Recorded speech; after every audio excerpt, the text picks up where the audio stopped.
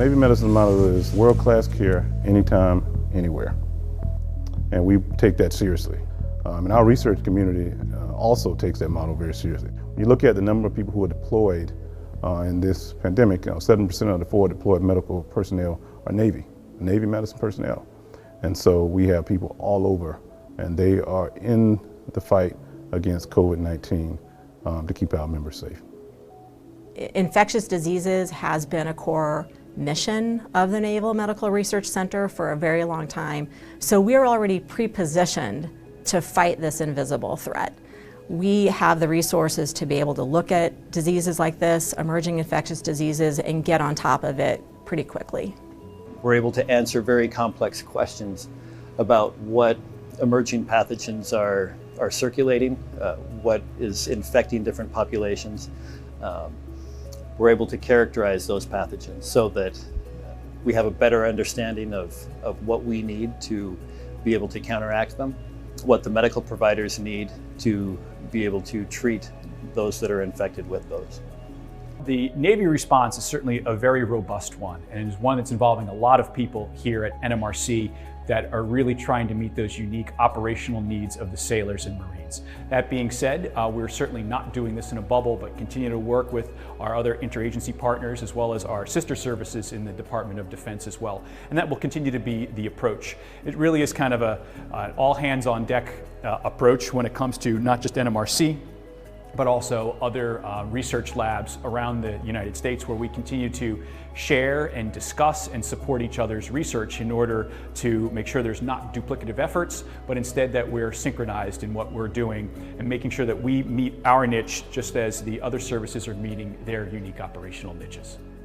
This disease is very infectious, and one of the things that gives this virus an advantage is that it is infectious enough to transmit rapidly from person to person, but that it also is invisible in that it's asymptomatic. So you may have a number of people, especially our healthy force that might be on our ships, that are asymptomatic, but they're carrying the disease. We know that the median duration between when an individual is exposed to the virus and when they actually manifest symptoms can be 5 days. We think that they can shed that virus up to 12 or maybe even 24 and potentially 48 hours before they even start to experience symptoms. So you can have an individual who thinks that they're healthy and be exposing other individuals to the viral infection, thus allowing it to spread very, very quickly throughout our forces. We don't know a lot about this infection, which is really why we need to rely on research in order to answer many of these questions. So we have 2 vaccines that we're working on, what we call our phage vaccine, and we have our polysorbent vaccine. In reality, it takes quite a while. I mean, if you are going at a normal pace to develop a vaccine for a particular viral infection, it could take, if everything runs smoothly, 5 to 10 years. And what we're trying to do, because of the severity of this epidemic, is compress that 5 to 10 years into a year and a half. And you can imagine the effort that it takes to do that. So in this current situation, like COVID-19 situation, we need to develop vaccine very rapidly. So the work here, what we do here is actually related, all of them are bacterial virus. It's called bacteriophage. These viruses are unique. They only infect bacteria. They don't infect us. Using this phage particle, we can develop vaccine within very short period of time. Making vaccine for COVID is not an easy thing.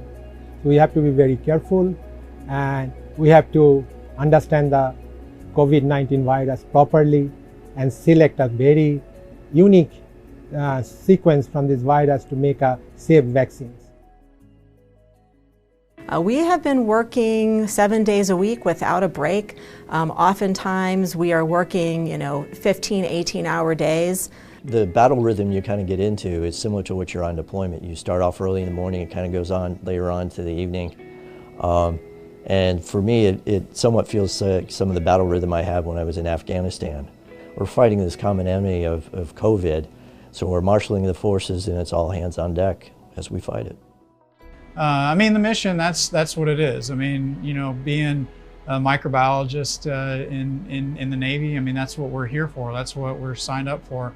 I was involved in pandemic H1N1, back in 2009-10, and this is similar to that, although it's a much larger and much more different moving parts. There are definitely some tough days where energy levels go up and down, but that you see the, I wouldn't say you see the end goal, but you see the impact that you're doing, and hopefully we'll get there in the end. It may look bleak now, but there will be a vaccine and there will be drugs that will be effective in treating this. I know right now we're in a scary situation, but I'm confident with our sailors that are actually on board deployed right now, that helping out, supporting the pandemic, that they're going to do a good job to actually meet this mission and find a cure. We can assure you that our team is out there to help out and support and meet the mission. We're gaining understanding every day of how this disease works, how it progresses, and how to stop it. And I think we're coming to understand how this is. It's going to be, as the Surgeon General says, this is a marathon, it's not a sprint. So we're in it for the long haul, but we'll be fine at the end. Yeah, ultimately the mission is worth it. We have a really energetic team. We have a team that is so dedicated to the mission of a healthy fighting force, and we're here to do whatever it takes to make sure that that happens and that we can support the force and make sure we can continue to fight the nation's wars. We do this work for the sailors and Marines who are out there on the front lines. And so I would say to our sailors and Marines who are in the fleet to stay positive. I would say to know that you have a medical community that is dedicated to finding a solution and keeping you healthy, keeping you in the fight. Again, this has been a 24/7 evolution. This has been an all hands on deck evolution. And for those of us in the Navy and the Marine Corps and in the service, we understand what that means. There are so many people who are dedicated to working on this virus and understanding more about it, that there is a light at the end of the tunnel, that people need to heed the warnings from public health. They need to stay safe. They need to wear their face coverings. They need to keep their 6 feet of separation. And if they can do that for us, then the work we're doing on our end to try to find additional ways to protect them, that collectively will get to that light at the end of the tunnel.